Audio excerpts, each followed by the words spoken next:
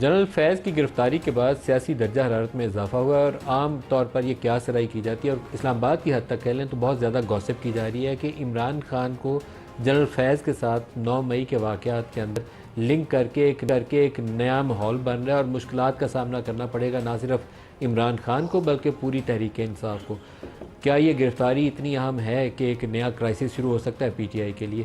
Programme کے حصے میں اس کے اوپر بات کرنے کے لیے ہمارے ساتھ مہمان پاکستان تحریک انصاف کے سینئر رہنما سابق اسپیکر قومی اسمبلی اسد قیصر صاحب۔ اسد صاحب بہت شکریہ آپ ہمیں جوائن کر رہے ہیں۔ جنرل فیض کی کتنی قربت تھی تحریک انصاف کے ساتھ؟ دیکھیں، سب سے پہلے تو یہ بات ہے کہ تحریک انصاف کے ساتھ نہیں ہے، حکومت کے ساتھ، مطلب ایک گورنمنٹ ہوتی ہے، گورنمنٹ کی اپنے ایک فنکشنری ہوتی ہے نا، کوئی جو ہے نا جنرل وہ چونکہ جو اس کا لیول کا جس لیول پہ وہ ہوتی وہی ہے۔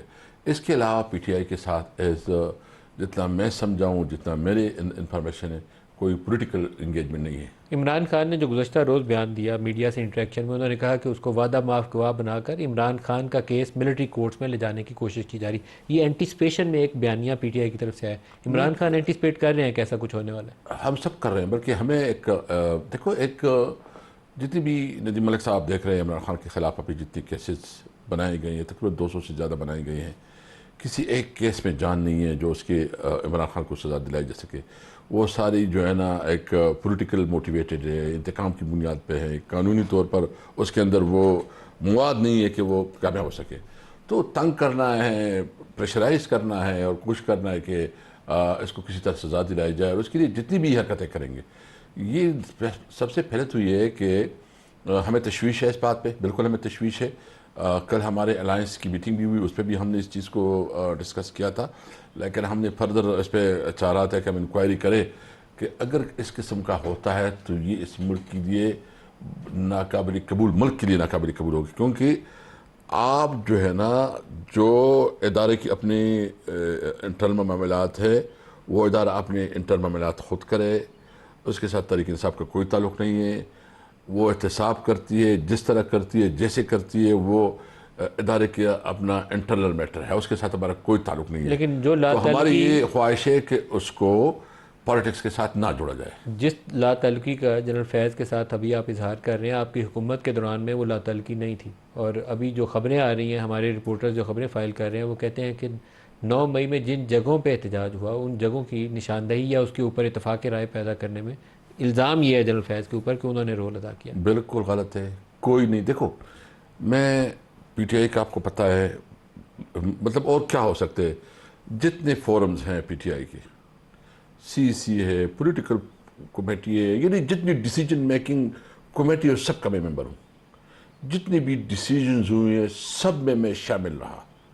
میں آپ کو حلفیاً اور قسماً کہہ سکتا ہوں کہ کوئی اس قسم کا فیصلہ پی ٹی آئی نے نہیں کیا، نہ ہمیشہ ہم نے پیسفل پروٹیسٹ کا کہا ہے، جو ہمارا آئینی اور قانونی حق ہے۔ نہ جنرل فیض کا اس میں کوئی انوالومنٹ ہے، نہ کوئی کانٹیکٹ ہے، نہ کوئی رابطے ہیں۔ لیکن 9 مئی پیسفل تھا نہیں، 9 مئی پیسفل تھا نہیں۔ دیکھو، 9 مئی تو پیسفل کیوں نہیں تھا؟ 9 مئی جب آپ ایک ملک کے پرائم منسٹر کو، جو سابقہ پرائم منسٹر ہے، اس کو جس طرح، مجھے بتائیں، جو اس کو گرفتار کیا گیا، کیا قانون کے مطابق گرفتار کیا؟ 9 مئی پیسفل کیوں نہیں تھا؟ نہیں، میں صرف آپ سے پوچھنا چاہتا ہوں کہ کیا میں تو ہر پرائم منسٹر سے چاہتا ہوں آنریبلی ڈیل کیا جائے، لیکن میرا سوال ابھی بھی برقرار ہے، 9 مئی پیسفل کیوں نہیں تھا؟ ہم کہتے ہیں کہ 9 مئی کو کس نے اس نے پلا کیا؟ ہم تو پیسفل پروٹیسٹ کر رہے تھے، ہمارا تو کوئی نہیں، ہم تو کہتے ہیں ہم پیسفل تھے، اور ہم نے ہمیشہ کیا ہے کہ اس کی پیچھے جو محرک جو لوگ ہیں، یہ جو انٹیریئر منسٹر ہے، نام بھول گیا اس کا، محسن نقوی صاحب، محسن نقوی، اور دوسرا جو ہے نا آئی جی پی، آپ کے ورکر تھے نا سر، بالا سار کے اوپر چڑھے ہوئے ہیں، چک درہ کے اوپر چڑھے ہوئے ہیں، کور کمانڈر ہاؤس کے اندر ویڈیو کے اوپر سارے نظر آتے ہیں آپ کے لوگ ہیں، وہ ڈنڈا کو پکڑ رہا ہے، کوئی نعرے مار رہا ہے، کوئی تصویر توڑ رہا ہے۔ ابھی مجھے بتائیں، This is not acceptable. ہم اتنا بڑے رہے، ہمیں اسلام آباد میں جلسہ نہیں کرنے دیا جا رہا، ہم یہاں اسلام آباد نہیں آ سکتے، ہم کیسے اس پہ چڑھے؟ تو کسی نے راستہ دکھایا، کوئی روکنے والا تھا؟ اچھا ایک بات بتائیں مجھے ملک صاحب، آپ ویڈیو نکالو، جتنی ویڈیو آپ کے پاس ہے نکالو، ایک میں بھی پی ٹی آئی کا آپ ایک سینئر آدمی دیکھو کہ وہ گیٹ کے اندر ہوا ہو۔ جب ہماری یاسمین راشد جو ہے نا منتیں کر رہی ہے کہ نہ جاؤ نہ جاؤ، کون تک جو لے کے آگے لے کے جا رہے تھے؟ دیکھو، ہمارا دعویٰ ایک ہے، ہم سمجھتے ہیں کہ یہ ہمارے خلاف سازش ہوئی ہے، دوسرا گروپ کہتے ہیں کہ نہیں، یہ جو ہے نا بہت زیادہ جو ہے نا پرتشدد تھا، ان کا یہی موقف ہے نا، تو اس پہ جوڈیشل انکوائری کیوں نہیں بناتے؟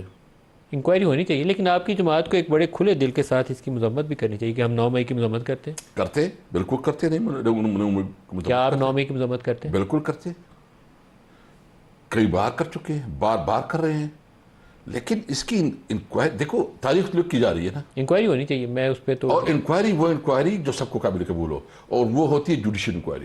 جو بھی طریقہ کار ہو صاف شفاف ہو اور قابل قبول ہو، ٹرانسپیرنٹ ہو، جو کھلے فیکٹ سب کے سامنے لے کر آئے، وہ تو ہونی چاہیے. لیکن جنرل فیض والا معاملہ بہت سنجیدہ ہے سر. کبھی D G I S I کو کورٹ مارشل کارروائی کے لیے میری یادداشت میں نہیں ہے کہ کسی D G I S I نے کورٹ مارشل بھگتا، اور وہ بھی الزام کی نوعیت 9 مئی ہے، وچ از میوٹنی، بغاوت ہے. میں سمجھتا ہوں کہ دیکھو جو بھی قانون سے کوئی ماروا نہیں ہے، قانون کو جب دیکھو یہ ملک جب چلے گا تب جب ملک پہ آئین اور قانون کی حکمرانی ہوگی. کوئی قانون سے بالا تر نہیں ہوگا، کوئی جو ہے نا کسی کے خلاف قانون غلط استعمال نہیں ہوگی، اور تب یہ ملک میں انویسٹمنٹ آئے گی، تب اس لیے آئے گی. مجھے بتائیں کون سا ایسا ملک ہے جہاں قانون کی کوئی رسپیکٹ نہیں ہے اور وہ ترقی کر چکا ہے؟ یہ بنانا ریپبلک کیا ہے؟ یہ ابھی تو انہوں نے بنانا ریپبلک بنا دیا ہے. ہم سمجھتے ہیں، دیکھیں میں اپنے ملک کو، یہ پاکستان نہیں، اپنے بچوں کے لیے جو سوچتا ہوں نا کہ یہ پاکستان اپنے بچوں کو منتقل کر رہے ہیں، یہ پاکستان ہوگا. اس لیے ہماری یہ پوری قوم سے بھی، اور جو فیصلے کرنے والے ہیں جس کے پاس اختیار ہے، ان کو کہتے ہیں، ریکویسٹ کرتے ہیں کہ اپنا انا اور ایگو سے نکلو. یہ تمہارا مستقبل نہیں ہے، آپ کے بچے اس ملک میں نہیں رہ سکیں گے. اس ملک میں اگر آپ نے رہنا ہے، اس ملک کو بنانا ہے، تو اس پہ اپنی ذاتی پرسنل انٹرسٹ سے اوپر نکل کے ملک کے لیے سوچو. اور ملک کے لیے تب سوچو گے جب آئین اور قانون کی حکمرانی سر یہ اصول آپ پہ بھی لاگو ہوتا ہے. آپ کی جماعت کو ہم سب کہتے ہیں کہ بات چیت کریں، سیاسی لوگ ہیں، بات چیت سے راستہ نکالیں، تو آپ وہاں پہ کہتے ہیں نہیں، ہم تو یہاں بیٹھے ہوئے ہیں ہائی پیڈسٹل پہ، باقی سارے چور ڈاکو. دیکھو دو باتیں میں بتاتا ہوں نا، دو باتیں. میں نمبر بات چیت سے تو کوئی ہم انکار نہیں کرتے. جو ٹیکنیکل بات ہے وہ یہ ہے کہ ایک حکومت بنی ہے، اور اس حکومت کے بارے میں ہمارا موقف یہ ہے کہ یہ انلیجٹمیٹ ہے. انہوں نے ہمارا مینڈیٹ چوری کیا. انہوں نے، یعنی عوام نے ووٹ دیا اسلام آباد میں شعیب شاہین کو، عامر مغل کو، اور جو ہمارے جو یہاں سے ایم این اے، اور ایم این اے بن گئے دوسرے لوگ. پوری جی ٹی روڈ پہ ایک مسلم لیگ نہیں جیتی ہے. مجھے ندیم ملک صاحب بتایا ہے سر 2013 کے الیکشن کے بعد جب آپ دھرنا لے کر ڈی چوک پہنچے تھے، 4 حلقوں کا مطالبہ تھا. اخیر میں سارے 126 دن کے دھرنا کر کے جہانگیر ترین نے مذاکرات کیے تھے اسحاق ڈار سے، اور جوڈیشل کمیشن بن گیا تھا، انکوائری ہو گئی تھی. میز پہ بیٹھ کے فیصلہ ہوا تھا، سڑک پہ 126 دن میں فیصلہ نہیں تھا ہوا. تو سیاسی لوگوں کو بڑا کلیئر راہ کا پتہ ہے کہ راہ کون سی ہے. میں اس لیے کہتا ہوں، میں ایک بات کرتا ہوں نا، ابھی میرے جو خان صاحب سے آخری ملاقات ہوئی تھی، تو خان صاحب نے کہا تھا کہ اچکزئی صاحب کے پاس یہ مینڈیٹ ہے، اور ہم نے اس کو مینڈیٹ دیا ہے کہ اگر وہ بات کرنا چاہتے ہیں تو ہماری اس پہ اعتراض بھی نہیں، ہم مینڈیٹ دیا ہوا ہے اس کو. مطلب یہ ہے کہ چونکہ ہم تو ڈائریکٹ ہماری گریوینسز ہیں، اور ہمارے انہوں نے ہمارا حق چینا ہے، اور ہم سمجھتے ہیں کہ اگر کوئی ایسا راستہ ہو سکتا ہے تو اچکزئی صاحب اس پہ رول پلے کر سکتے ہیں، یا جو اسٹیک ہولڈر ہے وہ اس کے ساتھ بات کر سکتے ہیں. لیکن ایک بات ہم یہ کہنا چاہتے ہیں، ہم تمام اس پاورفل کوریڈور کو کہنا چاہتے ہیں، بھائی یہ ہم سب کا ملک ہے. اس قانون نے اور آئین نے ہمیں کسی کو پارلیمنٹیرین بنایا ہے، کسی کو جو ہے نا کوئی جنرل بنایا ہے، کسی کو جج بنایا ہے، کوئی کسی کو اور پوزیشن دیا ہے.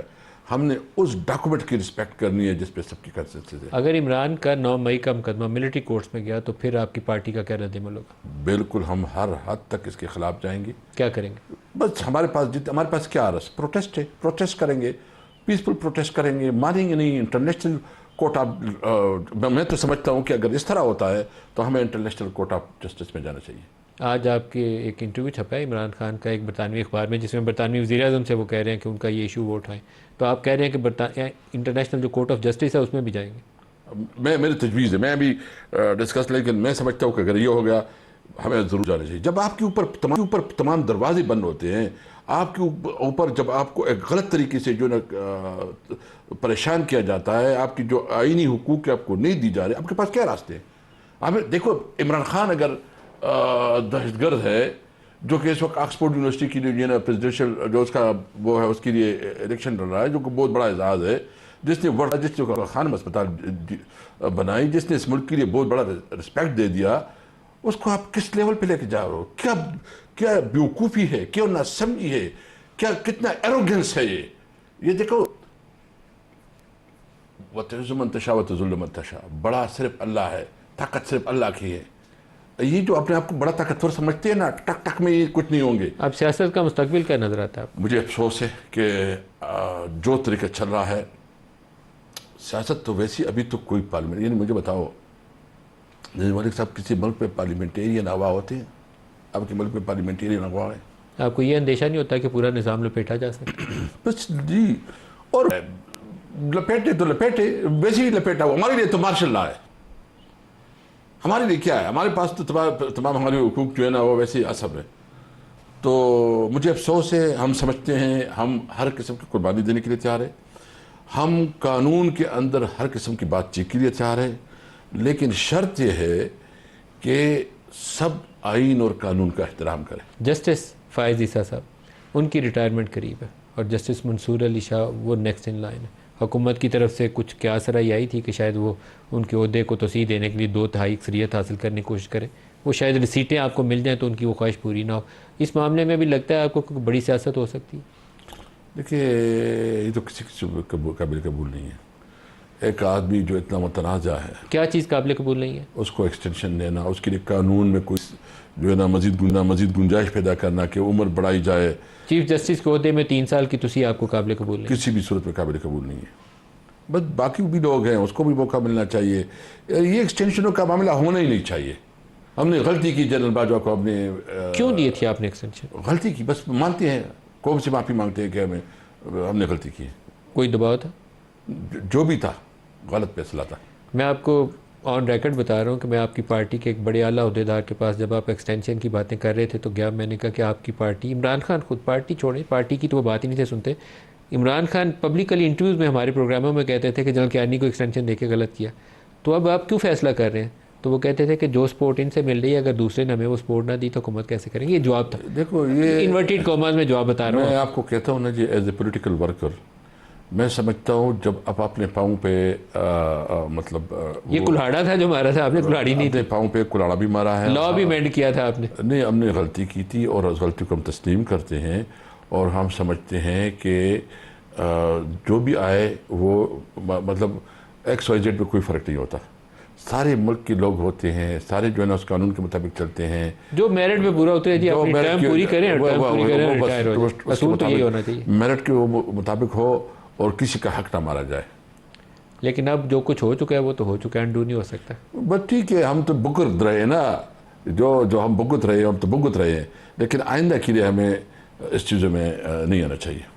احتجاجی سیاست میں اگر آپ آتے ہیں تو آپ کے ساتھ کون کھڑا ہوگا؟ فضل الرحمان صاحب آپ کے ساتھ کھڑے ہو؟ دیکھو، فضل الرحمان صاحب کے ساتھ جو ہے نا اس کا اپنا اپروچ ہے، وہ ہم ایک چیز پہ اتفاق کر سکتے ہیں، جو حکومت کے خلاف جو ہے نا کہ حکومت کو گھر بھیجے، اس پہ ہو سکتے ہیں، دانلی پہ ہمارا اتفاق ہو سکتا ہے۔ ہم اس پہ ایک تو یہ کہ وہ باقاعدہ اس نے آج کہا بھی ہے کہ میں باقاعدہ الائنس کا حصہ نہیں بننا چاہتا، ہماری ایک ورکنگ ریلیشن ہے، انڈرسٹینڈنگ ہے، اور اسمبلی میں ہم مشترکہ پوزیشن ہوں گے، لیکن ہم ایجنڈا طے کر رہے ہیں کہ کون کون سے ایجنڈے پہ ہم متفق ہوں گے۔ تو اس پہ ہماری 23 تاریخ کو ہماری میٹنگ ہے ان کے ساتھ۔ جماعت اسلامی ساتھ آئے گی آپ؟ جماعت اسلامی بھی یہی کہہ رہی ہے کہ مخصوص نکات کے اوپر ساتھ دیں گے، مکمل الائنس میں نہیں۔ وہ ہمارا بھی یہی خواہش ہے کہ بس ایک ڈیلر ڈالے قسم کا ایک انڈرسٹینڈنگ ہو، اور اس کے اندر الائنس تو ہمارا یہ بن گیا ہے، کچھ سندھ کی کچھ پولیٹیکل پارٹیز ہے اس کے ساتھ بھی ہماری بات چیت چل رہی ہے، جو ہمارا آئین۔ سندھ کی کس پارٹی سے چل رہی بات چیت؟ یہ مختلف پولیٹیکل پارٹیز ہے، میں بھی نام کی وہ بولنا نہیں چاہ رہے ابھی آپ؟ جی، لیکن وہ بھی ہو جائے گی، اور ہم ایک بات پہ ہم سمجھتے ہیں کہ ون پوائنٹ ایجنڈا، آئین کی بالادستی، باقی جو ہے نا ہر ایک پارٹی اپنا پالیٹکس کرے، اپنی الیکشن لڑے، جو وہ کرے، ون پوائنٹ پہ ہم تمام پارٹیز کو اکٹھا کرنا چاہتے ہیں کہ یہ ملک چلے گا تو آئین اور قانون کے مطابق چلے گا، پارلیمنٹ جو ہے نا پاور کا سرچشمہ ہوگا، ملک میں آئین بالادست ہوگا، عدلیہ جو ہے نا وہ آزاد ہوگی، اور سیونل سپرمیسی ہوگی. کیا حکومت آپ کو چلتی نظر آتی ہے؟ میں تو سمجھتا ہوں کہ حکومت کے دن تو بہت ہی تھوڑے ہیں. میں جو دیکھ رہا ہوں ایک تو دیکھو ایک قانونی پوزیشن بھی اس کی نہیں ہے اور اس مورل پوزیشن بھی نہیں ہے اور ان سے سنبھالا بھی نہیں جا رہا ہے. اس وقت جو پیپل پارٹی اور آپس میں جو بیان بازی چل رہی ہے تو ان کی کیا مجھے نظر نہیں آ رہا. میں بہت جلد جو ہے نا میں سمجھتا ہوں کہ دسمبر تک شاید چیزیں جو ہے نا لپٹ جائیں. لپیٹی جائے؟ لپٹنے کا مطلب یہ ہے کہ لپیٹی جانے کے لیے ضروری ہوگا کہ پیپلز پارٹی یا ایم ان کا ساتھ چھوڑ دیں. ہاں اس کے بغیر تو یہ ہو نہیں سکتا. تو وہ مجھے نہیں ابھی جلدی لگتا کہ یہ دونوں پارٹیاں چھوڑیں گے. نہیں وہ دونوں پارٹی نہیں کیونکہ یہ جو ابھی انہوں نے عارضی طور بجلی بل کے پنجاب نے کچھ ڈرامہ کیا ہے اور کہتے ہیں کہ ہم ادھر بھائی تم جو ہے نا پرماننٹ سولوشن دو کہ ایک غریب آدمی جو ہے نا وہ کیسے اس بجلی کے بل کو ادا کرے گا. مجھے ندیم ملک صاحب ویسے آپ سے میری ایک ریکویسٹ ہے. یہ ہماری انٹرویوز کو آپ تو چھوڑو, آپ تھوڑا چلے جائے فیصل آباد ٹیکسٹ جو آپ کی انڈسٹری ہے ادھر ان کی حالت ظاہر بھی کوئی پروگرام کرو. سیالکوٹ میں چلے جاؤ یا دیگر کراچی میں جائیں. آپ تھوڑا وہ ایشوز ہائی لائٹ کریں جو ایشوز ہیں. یہ جو ہم آپس سیاستدان آپ کے ساتھ بیٹھ جاتے ہیں نا تو وہ بہت زیادہ آپ کی خدمت ہوگی. یعنی وہاں ٹیکسٹائل انڈسٹری بیٹھ گئی ہے, ختم ہو گئی ہے. آپ کی جو کنسٹرکشن انڈسٹری تھی وہ بیٹھ گئی ہے.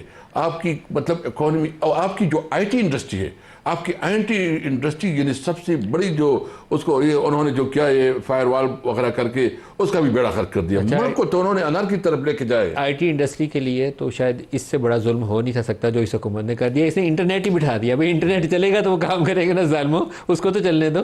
ایک لاسٹ کویسچن بتا دیں سیگمنٹ. لیکن میں آپ سے ایک ریکویسٹ ہے جی, آپ بہت اچھے بہت پرانا آپ کے ساتھ رہا تھے. آپ تھوڑا یہ پروگرامات جو ہے نا آپ فیصل آباد میں بھی انڈسٹریلسٹ کے پاس جائیں, ادھر بھی اس کا چکر لے, کراچی بھی جائے, ہمارے پشاور میں بھی آئے, لاہور جائے, تاکہ آپ کو پتہ چل جائے اور لوگوں کے سامنے لے کے آئے کہ اس وقت ملک کس طرف جا رہا ہے. ایک لاسٹ بتا دیں عمران خان کے باہر آنے کے کتنے امکانات؟ مجھے امید ہے انشاءاللہ تعالیٰ. دیکھو جتنے ایک انسان کی سوچ ہوتی ہے ایک اللہ کی ہوتی ہے. ہوتا وہی ہے جو اللہ کرتا ہے. نہ ان کی خوف کی پرواہ ہے. بلیو می یہ جتنا پڑا کوئی ٹینشن مینشن اس کی نہیں ہے. اللہ تعالیٰ کرے گا, عمران خان نکلے گا انشاءاللہ. اسد کیسر صاحب سینئر رہنما پاکستان تحریک انصاف, بہت شکریہ آپ ہمارے ساتھ رہے.